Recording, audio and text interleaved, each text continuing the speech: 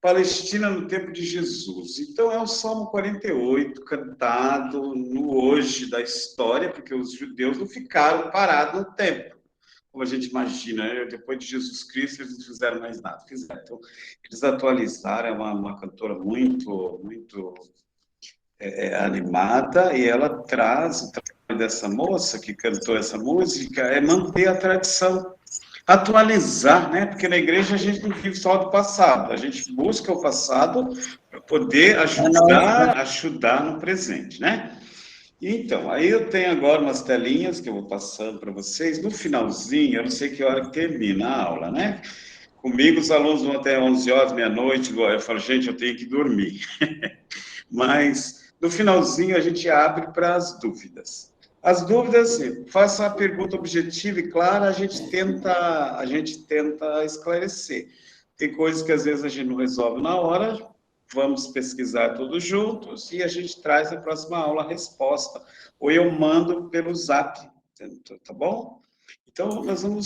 Padre, só para pontuar, né? Normalmente a gente vai até 9h30 e aí fica um Isso, tempinho para as questões, tá comentários e tal. bom.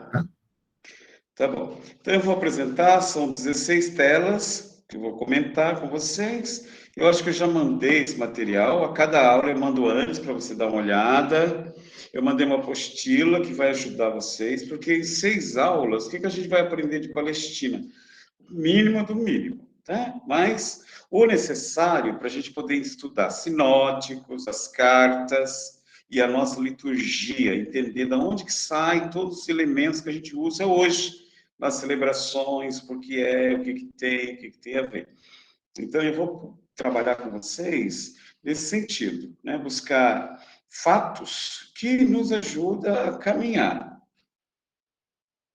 Muita coisa nós não vamos conseguir, porque é muito pouco.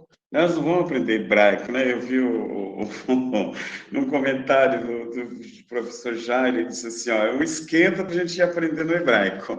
Ótimo, a gente vai aprender hebraico, sim, um pouquinho, com 6 aulas. Pelo menos o Shalom a gente vai sair falando no final da 6ª aula. Shalom. Então, Shalom a todos. Shalom é uma palavra hebraica que ela pode ser dita em qualquer hora do dia, ela traz alegria, paz, harmonia, felicidade, tudo incluso na mesma palavra, shalom. Não é só bom dia. É alguém desejando para o outro que encontrou naquele momento a paz, a alegria, a harmonia, o sucesso. Então não tenha vergonha também de falar shalom para o outro. Agora, é claro que a gente não pode estar apertando mão, abraçando, mas dizer bom dia, pegar o zapinho, mandar um bom dia, já é de bom tamanho. Tem umas apresentações agora, uma telinha. E todo mundo viu a apostila? Só uma perguntinha. Viram, né? Espero que tenham visto. Né? Sim, eu vi, Padre. Eu li 2 vezes. Sim, vi. Isso aí. Nas páginas 10. Agora nós vamos para os slides. Se está visível, espera lá. Apresentação. Ai, doeu a orelha esse barulhinho. Slides do começo. Ocultar. Pronto. Então, nosso módulo é Palestina no tempo de Jesus. Nós vamos falar lá naquele tempo. Então, nós vamos mergulhar naquele tempo, tá bom? Não fica preso porque às vezes a gente quer mergulhar lá naquele tempo, mas com a cabeça de agora. Não, aí a gente vai brigar muito, porque não vai dar certo. Então, desliga de 2021 e nós vamos voltar lá para a Palestina, tá bom? Por quê? Eu queria tanto e quero que vocês conheçam o contexto em que Jesus viveu, né? É muito importante. Não é apenas questão de cultura, mas é principalmente dado necessário, né, para a gente conhecer através do Evangelho. Tem muitas coisas que nós vamos ler nos sinóticos, o Evangelho de João, as cartas de Paulo, que às vezes a gente fica assim, fundamentalista e perdido em determinadas coisas. Por quê? Porque a gente não quer voltar e entender o passado para poder caminhar no hoje. Então, às vezes, a gente faz leituras fundamentalistas, né? Não, o estudo da teologia que vocês estão fazendo é para ajudar vocês a crescerem cada vez mais na fé. Então, é assim, sempre que eu entrava na sala de aula, eu falava assim, meus alunos, vamos pendurar a fé na porta da nossa sala de aula, todos vocês chegam e guardam a fé lá. E depois, quando vão embora, carreguem a fé. Aqui vai ser um alimento que vocês vão buscar para a fé de vocês. A mesma coisa na aula online. A fé vai ficar pendurada nos cantinhos do nosso computador, do celular, e nós vamos mergulhar com a cara e a coragem no contexto, na história de Jesus, para alimentar a nossa fé. Agora, se você já vem com a fé misturada, muita coisa vai entrar em embate, no final da aula a gente vai acabar brigando, né? Porque a sua ideia não vai bater com o texto. Então, deixe o seu fundamentalismo, a sua fé pendurada na porta. Quando a gente estiver indo embora, a gente pega tudo de novo.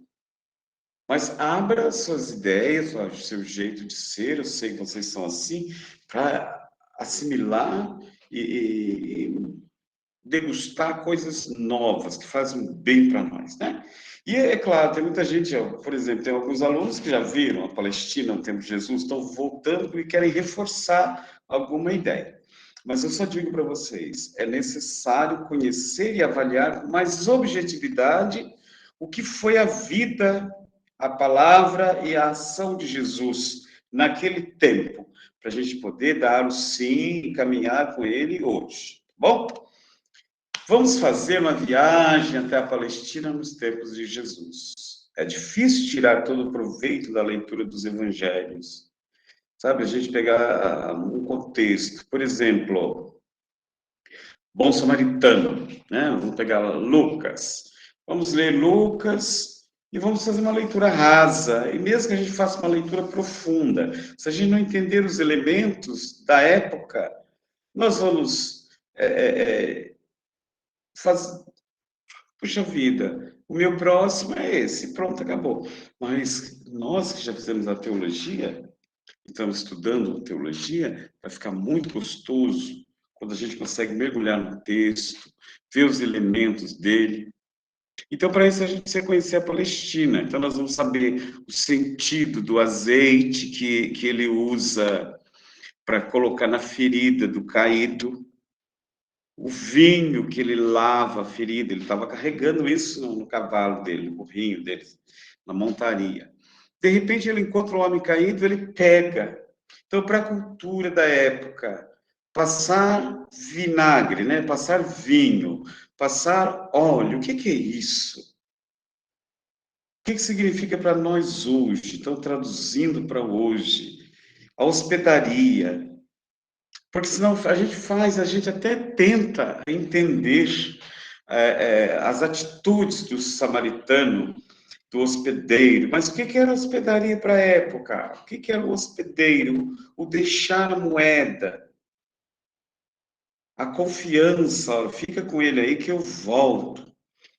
Eu volto e pago o restante. Para isso, você precisa mergulhar um pouco na cultura, né? Porque hoje a gente vê tanta coisa. Não, hoje, se você não assinar um documento que você vai se responsabilizar por ele, ele não entra na hospedaria. Está vendo a linguagem nossa moderna hoje? Por que será? Então, mergulhar no contexto da Palestina de Jesus vai nos ajudar a entender. Outra cena bonita, eu acho muito rico. A Madalena, né, a mulher, né, aos pés de Jesus e no apedrejamento, né? E Jesus conversa com ela, Jesus tem um diálogo. Quem é essa mulher? O porquê ela está ali? O que são essas pedras? Para a época, o que significava aquilo? Porque a gente fica assim na atitude de Jesus. Olha, Jesus perdoou a pecadora. Mas será que essa mulher era tão pecadora assim? E os homens que a procuravam, tinham pecado? Quando a gente mergulha na época, a gente vai descobrir o porquê e algumas atitudes que os evangelistas usaram nas suas perícopes para nos ajudar a entender a vida de Jesus.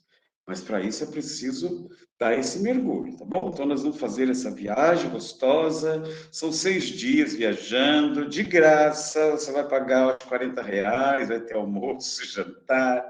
Se não conhecemos alguma coisa da terra, do ambiente, mecanismo da sociedade em que Jesus viveu, há 2000 anos atrás, é muito importante.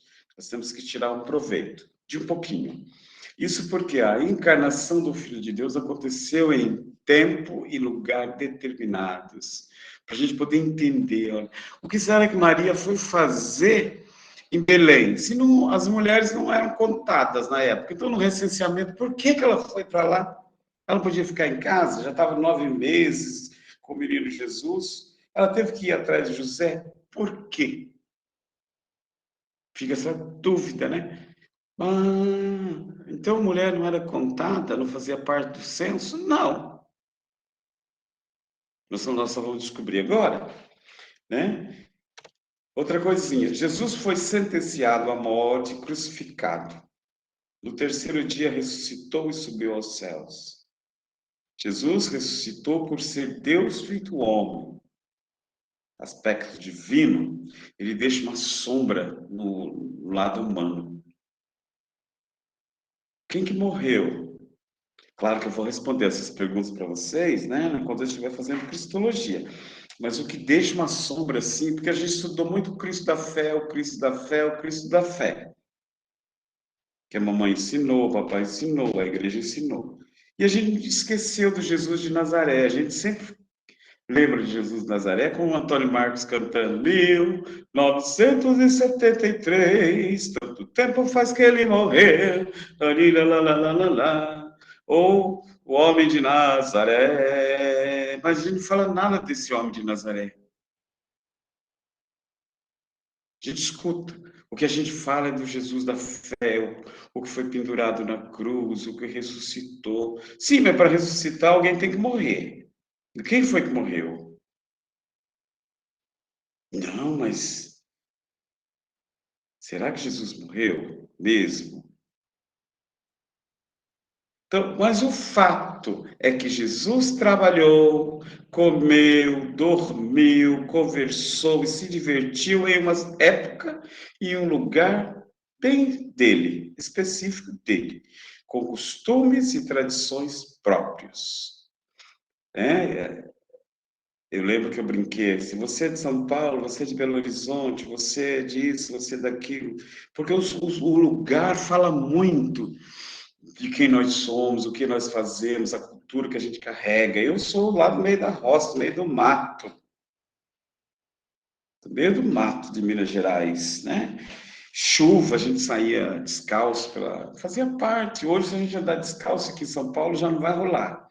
Primeiro que alguém que nasceu na cidade vai falar, olha, tá descalço, né? Tem que botar uma coisinha no pé, porque a nossa água também não é nada grande coisa, né? Mas a minha cultura é de roça, de plantar milho, plantar feijão, amendoim, batata doce. De repente, me meti na cidade grande, que é São Paulo, tive que aprender a cultura urbana, porque eu sou roceiro até hoje.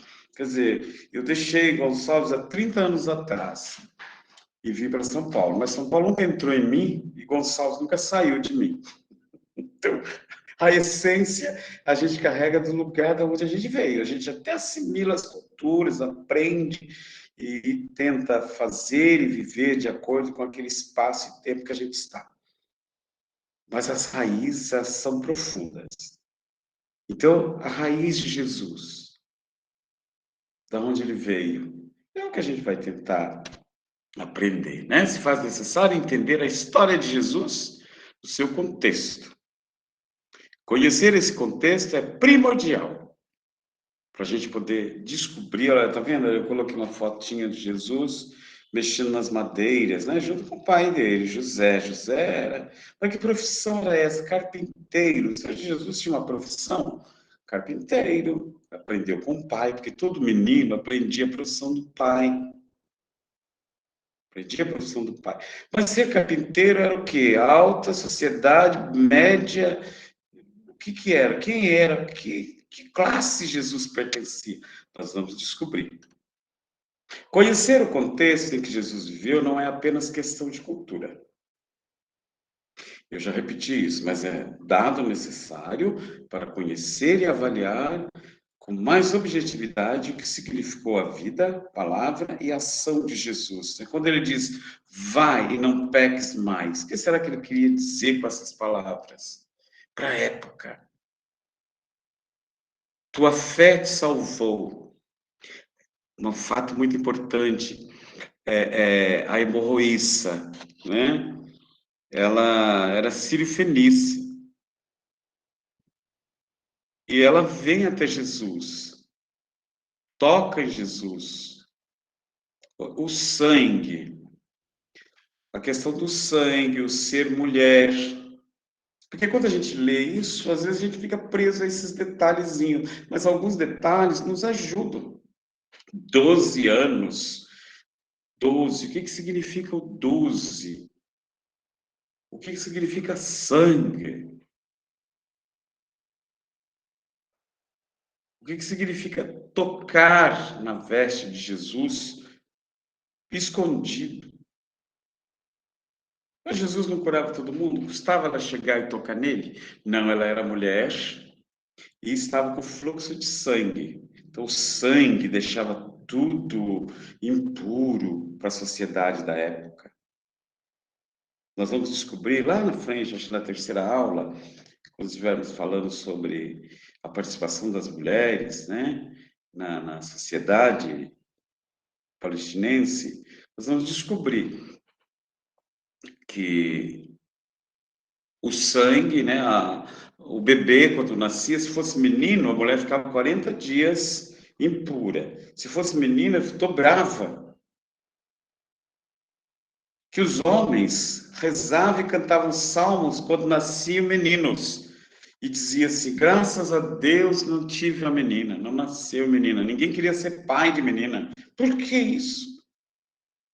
E quando Jesus vem, olha aí, a mulherada toda caminha com ele. Ele acolhe a cada uma delas.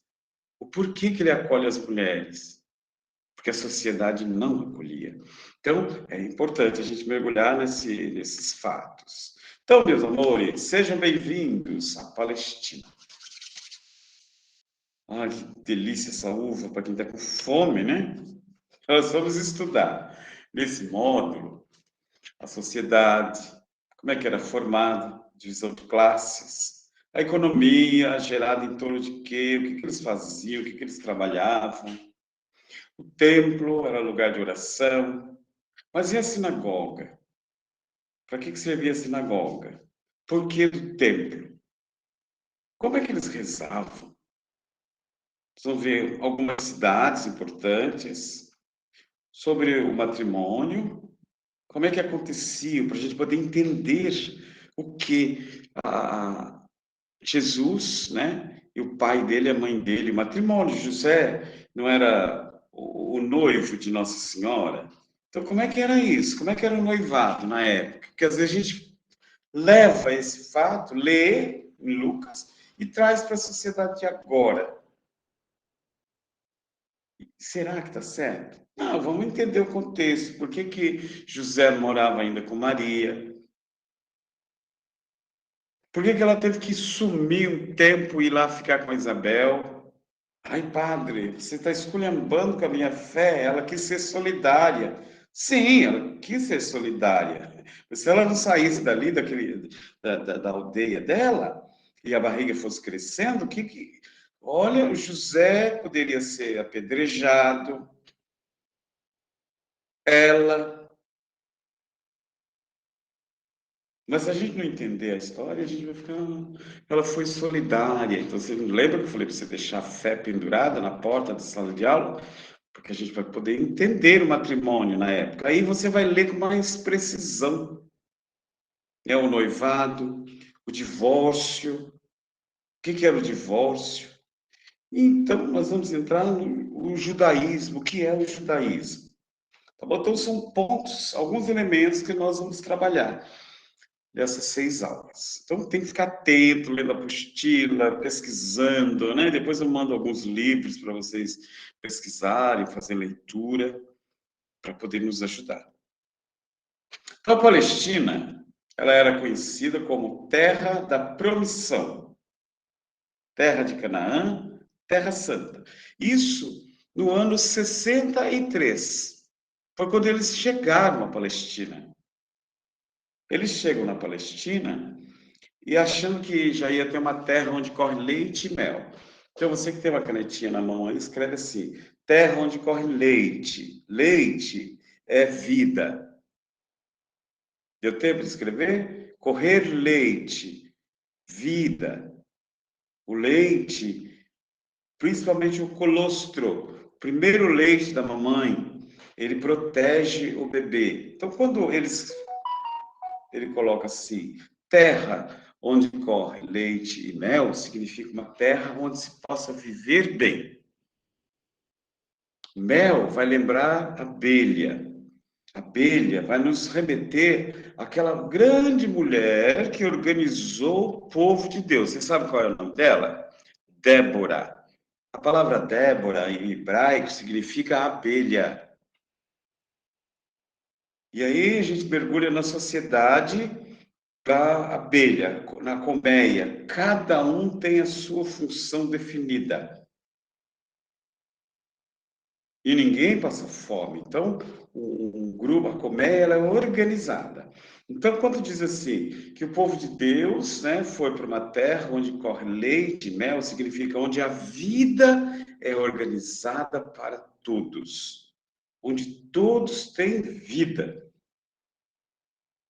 Para a gente entender, eu vim para que todos tenham vida, que todos tenham vida plenamente. Só que, quando os hebreus chegam nesse lugar, que é na Palestina, eles já encontram gente lá. Já encontraram, mas não era nossa essa terra? Sim, mas a terra não ela não é de ninguém, a terra é de Deus. E já tinha gente primeiro. Aí tem muita briga, tem muita luta, para eles conseguir tomar posse dessa terra. Então, terra da promissão, que foi uma terra da promessa. Terra de Canaã significa também terra da conquista. E Terra Santa, são os apelidos da Palestina. Terra da promissão, terra de Canaã, Terra Santa. Quem mora na Palestina? Israelitas. São judeus ou hebreus, que são descendentes de Abraão. Abraão. Quem mora na Palestina? Israelitas. Quais são os nomes da Palestina? Terra da Promissão, Terra de Canaã, Terra Santa. Agora, algumas particularidades sobre a terra. A terra é de Deus. E é até hoje, viu? Não esqueça disso. Ah, mas eu comprei meu lote, comprei e paguei. Sim, mas pagou para quem? Ah, do antigo dono. Sim, ele comprou de quem? Ah, ele comprou de quem? Aí você vai chegar um momento que não tinha ninguém mais morando ali, não, aquele pedaço onde você comprou. E alguém veio e tomou posse dele. Então, quando a gente toma posse e não sabe de onde é, parece que é coisa sem dono, né? Não, mas foi Deus que criou. E os hebreus valorizam muito, muito, muito, muito a terra onde eles estão. Porque eles sabem que a terra é de Deus. Na tradição bíblica, a terra é um elemento sagrado. Olhando para nós hoje, que a gente joga lixo, joga toda a tranqueira sobre o Hadamás, né? A terra, parece que a gente não leva a sério que ela é um bem sagrado, né? Então, por que a gente está vendo isso? Porque a gente pode orientar aqueles que estão perto de nós com as atitudes que nós temos para com a terra. Em alguns lugares, a terra é mãe. Terra é mãe. Terra é o lugar da semente. A terra é o lugar da esperança. O que a semente traz? Traz a potência de algum elemento que vai nascer dela. E você coloca onde? Coloca na terra. A terra é um elemento sagrado. 2 princípios básicos, religioso e prático, sobre a terra. O religioso, a terra foi confiada ao povo, por Deus.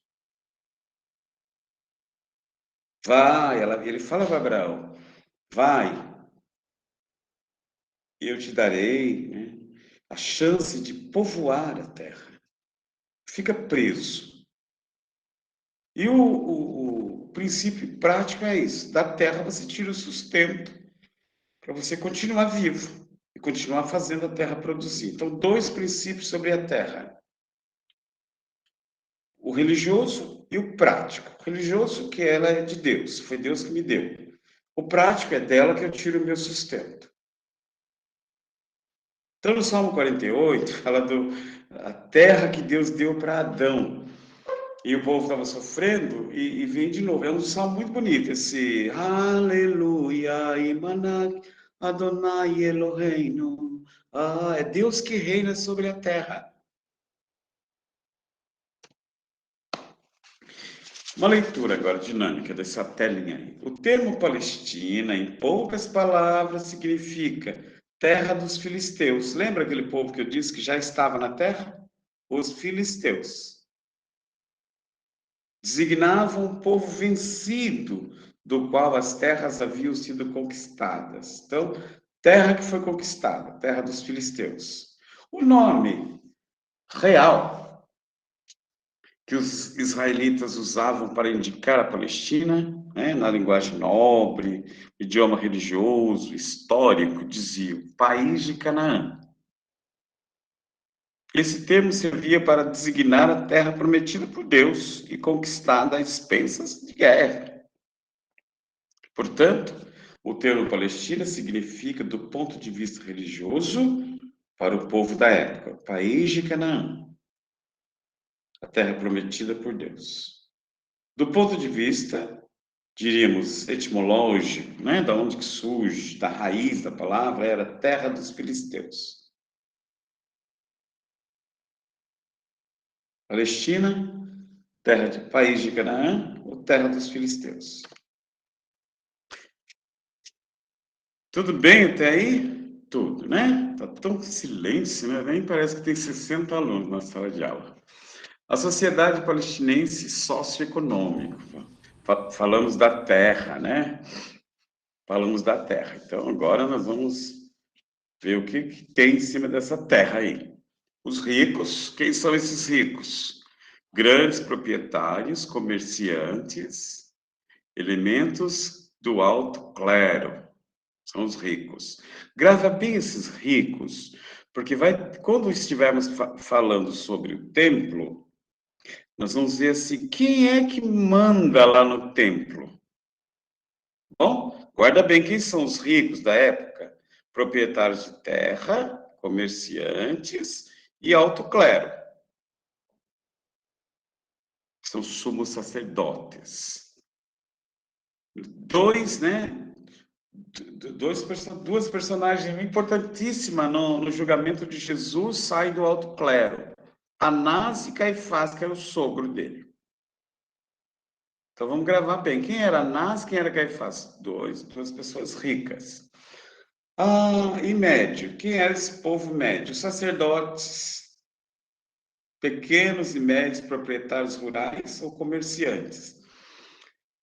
Sacerdote, nós vamos lembrar assim, quando que João Batista foi anunciado? Para quem? Quem recebeu a notícia estava onde? Dentro de um templo. Como é que chamava ele? Zacarias. Segunda ordem, trabalhava de noite. A turma do alto clero trabalhava durante o dia nas grandes festas. A turma do baixo clero era só chamada de sacerdotes. E eles trabalhavam à noite. A cada 4 anos eles eram escalados. Essa turma toda era da tribo de Levi. Eles eram sacerdotes porque nasciam na tribo sacerdotal. Quem eram os pobres? Olha aí, trabalhadores em geral, seja no campo ou nas cidades. Tá vendo? Os pobres ainda tinham trabalho. E quem eram os miseráveis? Os mendigos, escravos, excluídos sociais e ladrões. Quem são esses mendigos? Mendigo não tem nada, tem nem roupa. Os escravos, que você capturava de um lugar para o outro, né? Lembra que eles viviam no pé de guerra, pegando estrangeiros e forçando o trabalho escravo, forçando a trabalhar. Excluídos sociais, cego, surdo, mudo, coxo. A sociedade, lá no templo, tem a lei, né? A lei do puro e impuro. Se você nasceu faltando um dedo, você era aleijado. O aleijado, ele é pecador. Então, era excluído da sociedade. Nós vamos ver isso naquela passagem do jovem, né?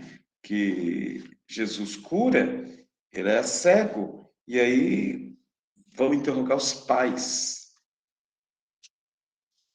O poder da época vai interrogar o pai, porque eles queriam pegar Jesus, né? Contradizendo, né? E os ladrões. Se faltava muita comida na época, o imposto era muito alto, nós vamos ver isso ainda. Então, era gente que roubava para comer. Mas também, junto com isso, tinha os saqueadores. Tinha muita caravana. As diferenças sociais se pautavam na riqueza e pobreza, no sexo, na função religiosa, no conhecimento, na pureza étnica. Ó, as diferenças. Será que mudou alguma coisa do tempo de Jesus para hoje? As diferenças sociais? Na época, elas se pautavam nisso, na riqueza, na pobreza, no sexo, na função religiosa, no conhecimento, na pureza étnica. No sexo, os meninos, né? Podiam estudar, podiam sair livremente na rua, compunham o exército. As meninas não podiam frequentar a escola. Eram arranjadas para os casamentos, elas não podiam escolher o noivo, quem escolher era o pai. As meninas não tinham nome. A gente sabe que tinha Miriam, Débora, Séfora, Priscila, mas ninguém nunca mencionava o nome delas. Era sempre a filha de alguém quando ela tinha pai. Quando ela casava, era mulher de alguém. Quando o marido morria, era viúva, sem nome. Ou geralmente lugar, né? A viúva de Naim. Quem era a viúva de Naim? Tinha nem nome. Filho da viúva de Naim morreu. Quem é essa viúva? Porque quando a gente for ler essa perícope do Evangelho, conhecendo os elementos, nós vamos ver a questão, o que Jesus traz para essa mulher. Aí você já não vai ficar preocupado mais se o filho ressuscitou de verdade, se não ressuscitou, mas o que Jesus queria, o que o autor queria resgatar, o que Jesus trouxe, a compaixão para com aquela mulher. Porque quando o filho estava vivo, pelo menos ela era a mãe do menino, né? Mãe do alguém. Depois que o filho morreu, aí ela era viúva e não tinha mais nada. Então, a ressurreição da viúva, do filho da viúva, traz acompanhado de elementos assim que edifica a mulher. Função religiosa. Os sumos sacerdotes eram os que recebiam os touros para as oferendas, as ovelhas, né, os cordeiros. Sumo sacerdote, quer dizer, o máximo dos máximos. Recebiam. Quando rachavam o boi em 4 partes, eles tinham direito a uma parte. Já os sacerdotes normais, vamos dizer assim, entre aspas, eles não tinham todo esse direito. Eles trabalhavam na limpeza do templo. tocando flautas, organizando o dízimo, trocando incenso, fazendo vigílias. Eles trabalhavam assim, era a função deles. Agora, o sumo sacerdócio, eles tinham um jeito de trabalhar que te garantia privilégio para eles. Tá bom? Mas nós vamos ver isso mais para frente. Não sei por que eu parei muito e falei isso. Agora vamos ver um pouquinho da economia na época de Jesus. É só dar um toquezinho para ver se eu estou correndo muito, né? Porque às vezes eu estou disparando, né?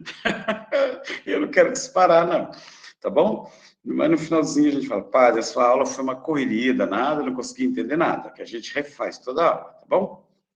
A economia na época de Jesus. Então, a Palestina, que hoje é o atual Estado de Israel, era dominada pelo maior império da época. Qual é? O Império Romano. Então, a Palestina era colônia de Roma. Era dominada pelo Império Romano, que cobrava altos impostos da população local. Roma não tinha dó e nem piedade. A maior parte das pessoas tirava o sustento da agricultura. As famílias costumavam viver em povoados e cultivar um pedaço de terra nas redondezas. Eles plantavam o quê? Grãos, oliveiras e legumes. Os vinhedos eram comuns. Toda casa tinha seu pé de uva. O vinho era essencial. O vinho faz parte da vida deles. As árvores frutíferas tinham de ser vigiadas por causa dos ladrões. Lembra? Que eles saqueavam as... Ah, padre, mas onde que eu vou ver isso? Nós vamos ver isso lá naquela parábola do filho que manda construir uma cerca ao redor para proteger as plantações de uva dele, do ladrão, que eles vêm, ninguém sabe a hora. Então, nós vamos ver isso, né, no Evangelho, é Marcos. Olha aí, eles trabalhavam com abelhas, na agricultura, na Galileia. A terra é mais fértil, viu? Na Galileia fica ao sul. Se produzia trigo, cevada, azeite, frutas e vinhos. Pecuária era o setor mais deficitário. Não tinha muito, a criação de gado. Até hoje não se come muita carne de boi lá, para aqueles lados lá. O templo era o maior consumidor de carne. Por que será? O povo mesmo só comia carne na Páscoa, ou por ocasião dos sacrifícios de comunhão. Sabe, nós vamos ver isso, a questão do novilho cevado, porque ia acontecer uma Páscoa. O que é Páscoa? É o retorno, para a gente entender o filho pródigo, né? Vai lá e mata o novilho. No novilho cevado. Então, o novilho que foi preparado. Levítico 3 está falando que matar, comer carne era um sacrifício de comunhão. Então, olha aí, para a gente conseguir entender o filho pródigo. O filho saiu de casa, quebrou a aliança, quando volta, ele renasce. A vida dele é restaurada. Então, lembra? O povo comia carne de boi na Páscoa. Então, a Páscoa renovada. A comunhão que vai acontecer entre o filho e o pai. A roupa nova. A pertença. Ele estava descalço, né? Estar descalço significa não pertence a ninguém, né? Eu não tenho dono. Então o pai dá-lhe uma sandália nova. O que significa estar calçado? Agora eu tenho alguém por mim. Na Judéia, onde as terras são menos férteis, porque tem muito morro, muita montanha na Judéia. Havia gado de grandes portes, bois e camelos, e gado de pequeno porte, ovelhas e cabras. Por que ovelhas e cabras? Porque elas adoram montanhas. Algumas famílias criavam galinhas ou pombos, usados em sacrifício. Tudo bem até aí? Quais eram as profissões, né? A cultura, o que eles faziam? Então, cuidar de abelha, mexer com a terra, mexer com o gado. Tipo, grande porte, pequeno porte. Pesca no Lago de Tiberíade. Vai falar muito do Lago de Tiberíades, porque Jesus aparece muito ali. O primeiro chamado dele acontece ali, ao redor, no Mar da Galileia. O peixe era alimento popular, então todo mundo comia peixe. Existia uma importante indústria pesqueira na Galileia. Vocês lembram dos irmãos lá, que eram donos de uma associação de pescadores? O Borjonas, né? Turma do Pedro lá. O André, o irmão dele, o João, o Tiago. Eles faziam parte de uma associação de pescadores. Está vendo ali? Eu coloquei ainda. Essa é a razão para haver pescadores entre os discípulos de Jesus. Artesanato. Nas cidades e nas aldeias havia muito artesanato, no qual se destacavam jarros, copos, vasilhas, vasos, perfumes, acessórios de couro e outros. Nós vamos encontrar lá em Marcos 7, 4 ou 1, 16. Ofícios manuais eram transmitidos de pai para filho. Existiam ferreiros, oleiros, tecelões, marceneiros, pedreiros e curtidores que trabalhavam fora do povoado por causa do horror que é o cheiro de um couro podre, né? E as profissões? Existiam as profissões como carpinteiro, tecelão, operários de pedreiras e pescadores. Até aí sobre as profissões, tudo bem, sobre o jeito de trabalhar deles. Agora vamos ver aqui os impostos, né? Imposto, dízimo e comércio com o estrangeiro. Os impostos eram de vários tipos. Os romanos cobravam 1/3, né, das colheitas, chamada a corvéia. Constituía-se no trabalho compulsório e gratuito da população. Então, vamos trabalhar um pouco de graça para pagar o imperador, para manter o exército. E o pedágio e a alfândega, sobre o transporte de mercadoria. Então, você plantava, então, para levar de um lugar para o outro, você tinha que pagar. A cada 2 ou 3 vezes por mês, você tinha que fazer um trabalho gratuito para ajudar a manter o exército. Quer dizer, manter a paz. Aquela paz que é com X, pax. Pax romana. A paz romana era a custa de muita guerra, muita morte. Que paz é essa que precisa matar para o outro ficar quieto? Então não é paz. É paz sobre o medo. Você está quieto porque você está com medo de morrer. Isso não é paz. Porque eu estou tranquilo, porque eu estou matando, né, para ter a paz. Mas e aquele que está quietinho de medo de morrer? Ele está em paz? Então, que paz é essa que Jesus vem trazer? Ele veio modificar o jeito da paz que eles estavam conhecendo. Como se fazia a cobrança? Olha aí, a cobrança. Através de funcionários chamados publicanos. Tá vendo? O publicano cobrava o imposto. Nós vamos ver nos discípulos de Jesus, tem um lá que era publicano, Zaqueu era publicano. Existia corrupção? Não, né? Naquela época Jesus estava vivendo lá, não tinha corrupção, não. Igual ao Brasil, não tem corrupção. Aí a pergunta é: existia ou não? Sim, os publicanos ficavam muitas vezes com suas comissões. Ficar com a comissão é corrupção? Para vocês pensarem.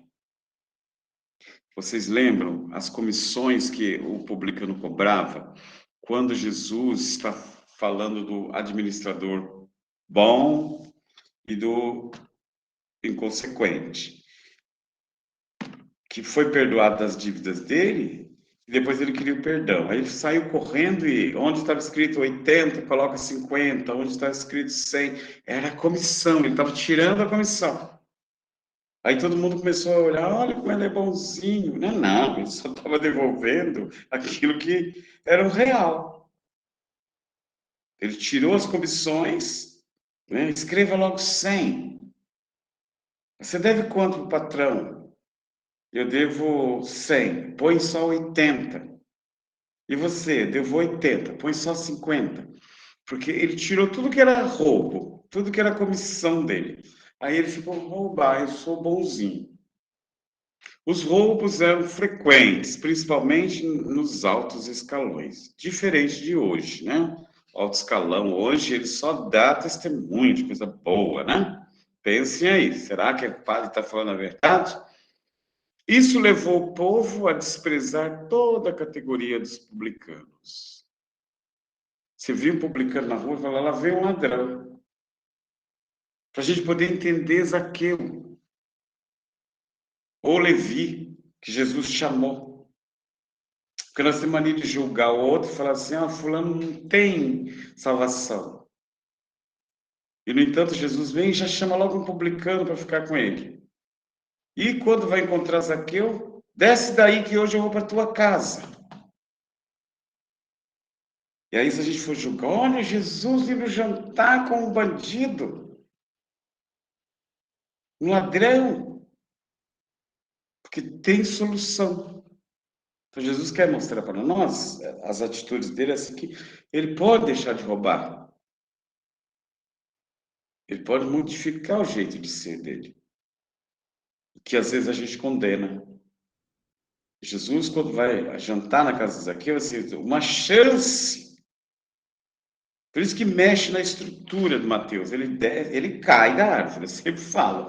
Esse aí fala assim que ele desceu, né? Jesus falou assim, Mateus, hoje de salvação, hoje eu vou jantar com você. Ele despencou lá de cima e caiu. Por quê? Porque ele estava escondido do preconceito, né? Quando a gente fala que ele é pequenininho, né? Ninguém sabe o tamanho dele real. Ele era pequenininho, por isso ficou empoleirado. Não. Ele se escondeu da sociedade, porque quando você tem culpa no cartório, um ditado, não é? Quando você tem culpa no cartório, você não dá a cara a tapa, você vai rodeando até chegar. Mesmo a gente, quando fazia arte antigamente, vocês lembram disso? O Ciro, quando fazia arte, a mãe dele chamava, vem aqui, mãe, para quê? O que a senhora quer de mim? Eu fazia muito disso. Ficava o dia inteiro ali pelas redondezas, mas não entrava porque sabia que ia levar uma chinelada. Então, quando a gente aprontou, a gente já sabe. Então, a gente fica rodeando. Então, os publicanos sabiam que aprontavam. Sabiam que o povo não gostava dele. Então, ele queria ver Jesus também, mas eu também quero ver Jesus.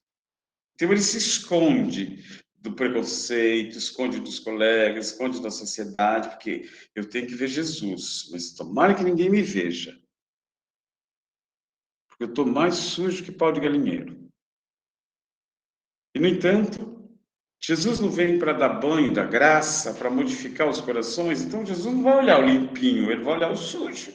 Então ele olha para ele, olha, Zaqueu, vem cá, desce daí. Isso aqui despencou, caiu tão doido, acho que bateu com a cabeça, que falou, ai Jesus, eu vou devolver tudo que eu roubei. É igual a gente, quando a mãe segurava o nosso braço, ela fala, Gerardo, o que você fez? Não, mãe, eu sei, eu vou consertar, eu vou buscar água para a senhora, eu vou fazer isso. A gente já ficava oferecendo tudo que a gente não fazia, mas que podia fazer. A mesma coisa o Zaqueu, ofereceu tudo o que ele era capaz. Tá bom? Mais uma corridinha. Alguém tem dúvidas? Do jeito como o senhor explicou, essa é uma coisa que eu tenho visto em outros lugares, sobre os discípulos pescadores serem empresários, que tinha uma grande indústria da pesca. É isso mesmo? Os pescadores Eles eram eram sócios, eram irmãos, eram grandes empresários quando uma Jesus chamou eles, associação, né? Isso, era uma associação, sim. Eles tinham barcos, tinham tudo, e É, alugavam barco, sim, né? Então eles eram O homens pai... prósperos, não eram simplórios pescadores como a gente vê os pescadores hoje, isso. Os pescadores, eles eram mais organizados que os de hoje. Só que Uhum. não eram tão prósperos porque ninguém olhava para eles. Eles queriam só o peixe deles. O Império Romano não queria saber deles. Então eles se uniam entre eles, assim como os pastores. Só que os pastores eram um pouquinho pior. Os pastores, eles não eram contados. Eles queriam as ovelhas dele. Quando a gente vai estudando o templo, Mas você eu vai ver não assim. estou pensando nos romanos, estou pensando dentro da cultura judaica, do povo hebreu, né? Dentro do Sim, povo hebreu, eles sim. tinham lugar na sociedade. Tinham lugares, eram pescadores, eram médios, Uhum. sociedade média. Ok, obrigada. Eles tinham os espaços. Terezinha, Uma dúvida. Quando a gente sempre se refere na Bíblia ali para a bebida de uva fermentada como vinho. oi, Né? eu estou tirando aqui. Abaixa um pouquinho o seu volume aí. Está dando um eco na minha orelha. Eu já sou um sessentão. O negócio na orelha. Pode falar. Melhorou o áudio? Isso. A Bíblia, a gente sempre vê a referência a vinho, né? Bebida de uva. Mas no hebraico, a gente tem duas palavras diferentes que foram encontradas lá na Bíblia, né? Que eu estava estudando um pouquinho. Você tem o Yain, que é referente à bebida de uva que é fermentada, e você tem o Tiró, que é da bebida de uva que não é fermentada. E as duas aparecem em momentos distintos dentro da Bíblia. A gente sempre trata todo esse tipo de bebida como vinho mesmo, ou tem momentos ali que ele deveria ser tratado como suco de uva, não o vinho? Não, isso aí na cultura deles é elementar, é para as crianças, né? O suco. Porque isso eles tomavam todo dia. A uva era a bebida diária deles. Assim como tem muita gente que acha que a Coca-Cola não vive sem ela, né? É um horror isso. Eu prefiro a água.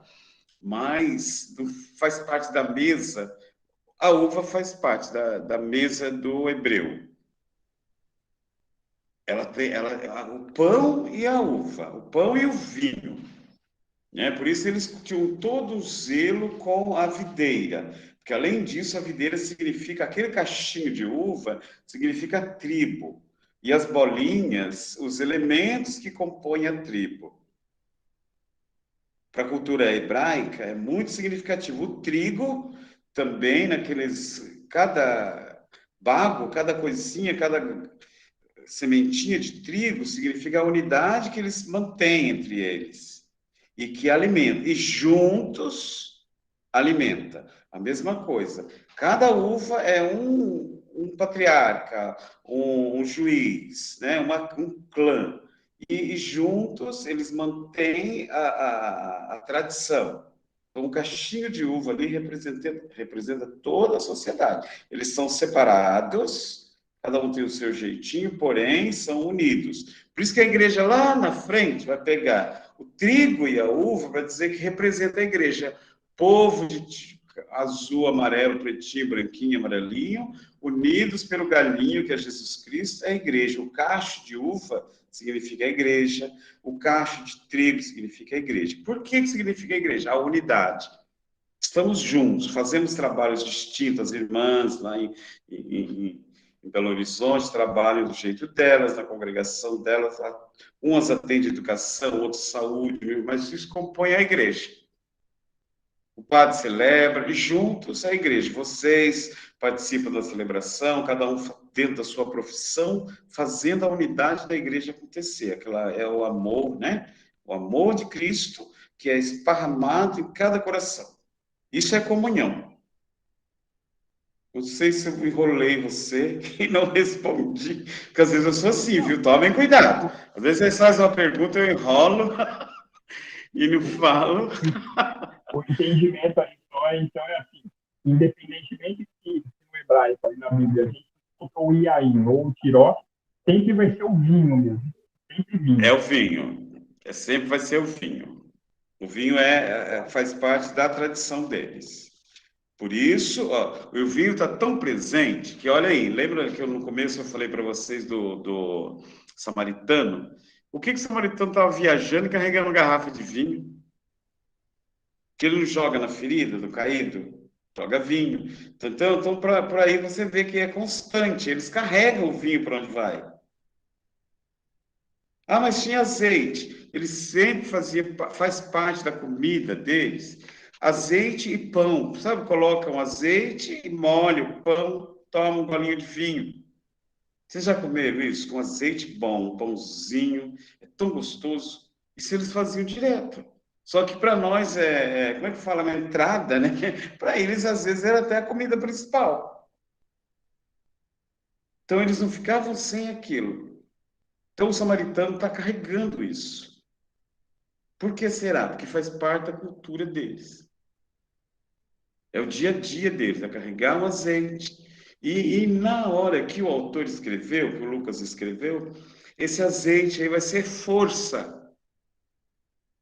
Esse azeite que ele coloca na ferida a força de Deus faz aplacar as dores. Então, quando você machuca, bate, você já viu um ralado de bicicleta? Faz de conta que você caiu da bicicleta.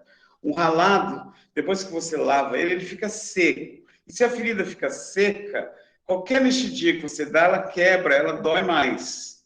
Então, quando você passa o azeite, que é um óleo, fica mais macio, hidrata e não quebra com facilidade aquela casquinha, aquela ferida. Então, quando você coloca, limpa a sua vida com a graça que vem de Deus, com a alegria que vem de Deus, que é passando vinagre, passando vinho, e você besunta o seu corpo com a força que vem de Deus, nada te quebra, nada te machuca. E você tem força para continuar na caminhada. Então, esse é o sentido que o Lucas quer dar, que o outro que não conhecia, ele devolve, ele dá toda a força para aquele que está caído, através do azeite e do vinho nas feridas. Aí ele consegue chegar até a estrebaria, né? Até a hostelaria. Estou eu já fazendo teologia. Isso aí nós vamos ver mais para frente. Agora a gente tem que ser raso, né? Mas tudo bem, agora